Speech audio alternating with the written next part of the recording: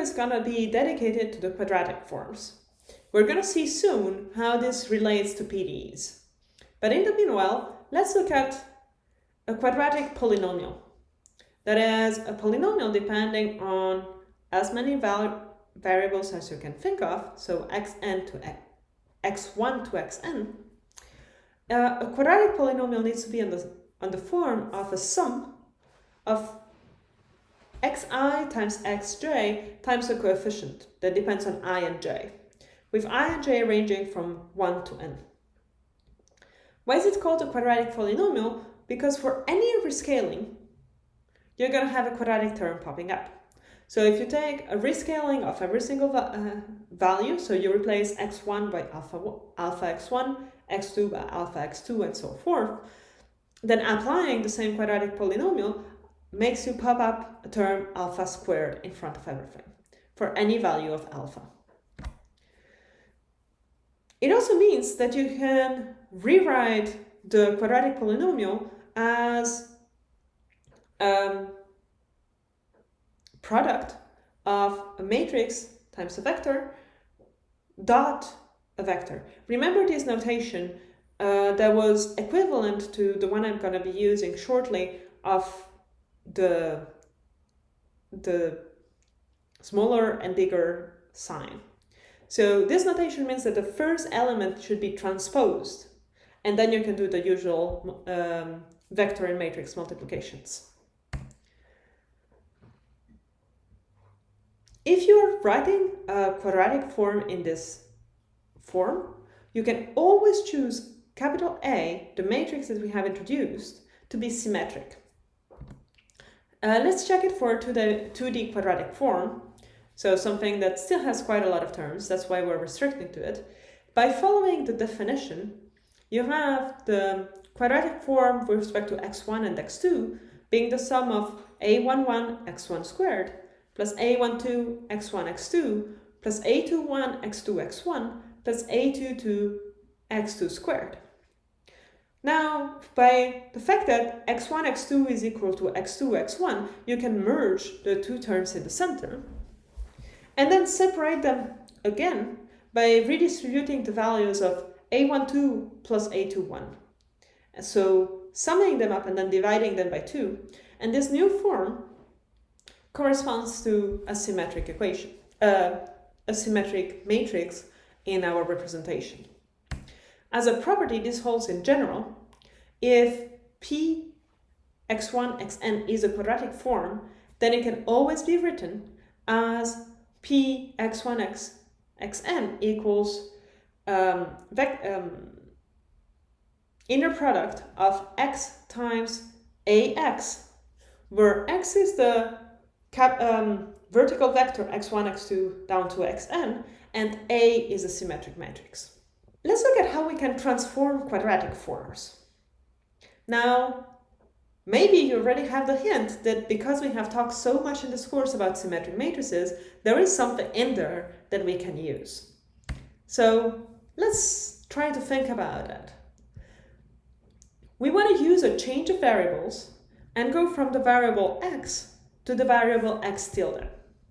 And we're going to define x tilde as m times x, where m is invertible unitary matrix.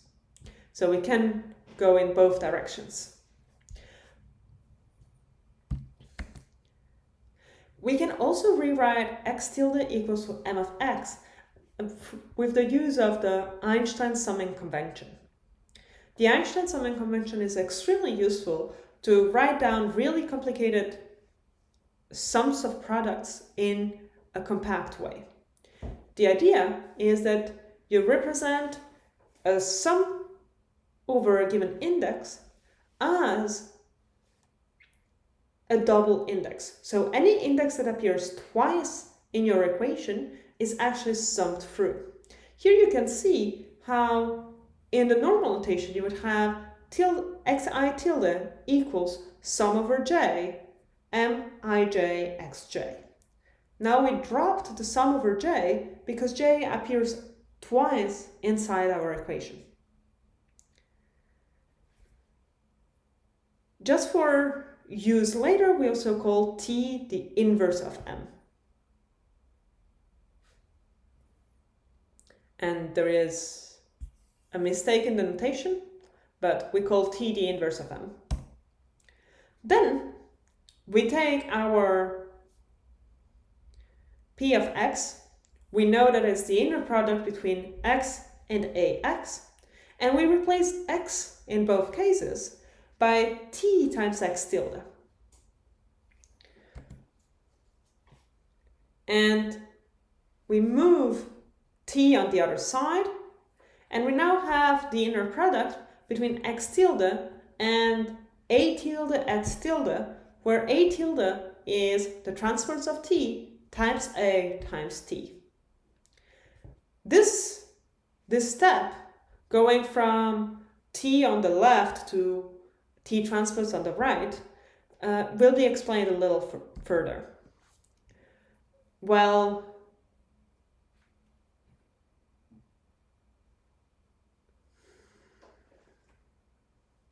so let's go through these steps a bit more calmly. We have the inner product between x and ax.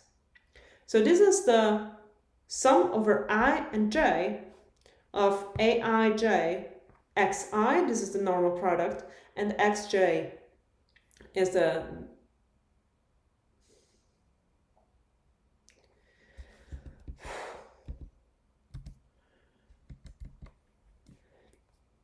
we have the inner product between x and ax. We can write it out term by term, and that is the sum over I and j of aij, xi, and xj. So remember, you have aij being a matrix is the product of the matrix A times x. You retrieve a vertical vector, and that is a product between the horizontal vector x transposed and the vector that is a product of A and x. So the inner product is always one value. By Einstein convention, we're going to drop the symbol of the sum, and we're just going to remember that every time that the index I appears twice, we're summing through it, and every time the index j appears twice, we're summing through it. Now we remember that x is equal to tx tilde. So again, using Einstein convention, we can say that xi is equal to tik x tilde k. Here, the convention is on the k. We are doubling it up. So we've replaced xi by tik x tilde k, and we replace xj by tjl x tilde l. Remember, be careful when you're using all these indices, because the Einstein convention only works between two indices. So you're summing over I only if I appears twice. If it appears more than twice, then there is something wrong in your equation and you cannot use Einstein convention, or you have to explicitly state that you're summing through I. So that's why here we have a lot of different indices appearing. We're summing through I, we're summing through j, we're summing through k, we're summing through l. It's an inner product, we should retrieve a real number, so summing through every single index that we're given is reasonable, even though maybe confusing. These steps are to show you why we can switch to x tilde t transpose a t x in our notation.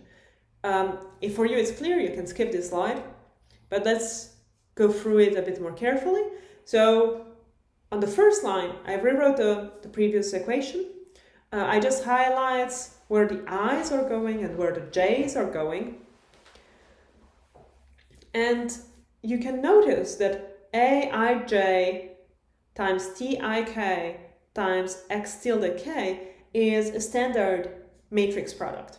So we're going to replace that by yj. Notice that j is the only free index in this equation, in this block of free elements. You're summing through I and you're summing through k, so the leftover is something that depends on j. So now you have x tilde l TJLYJ. Your T is a matrix, but you're not summing over the second element, you're summing over the first one. So you're using the transposed of T to multiply with Y. Or you can view it as you're multiplying T and X and then taking the transverse and multiplying with Y. Either of the two versions would give you an inner product between X tilde and T transpose Y. And now we replace Y by ATX, that is what we defined Y to be. So we can go from X inner product AX to a new set of variables, X tilde inner product T transpose AT X tilde. And if we define A tilde as T transpose AT, then we have an even more simplified version. So we can do a change of variables, going from X to X tilde, where we define X tilde to be M times X, and going from A to A tilde, where A tilde is equal to T transpose AT with T equals M at the minus 1. If A is a symmetric matrix, then so is A tilde. It's enough to check that everything checks out. So we go from a symmetric matrix to symmetric matrices. We never get out of it. And that's nice, because symmetric matrices have all these nice properties that we have been studying about.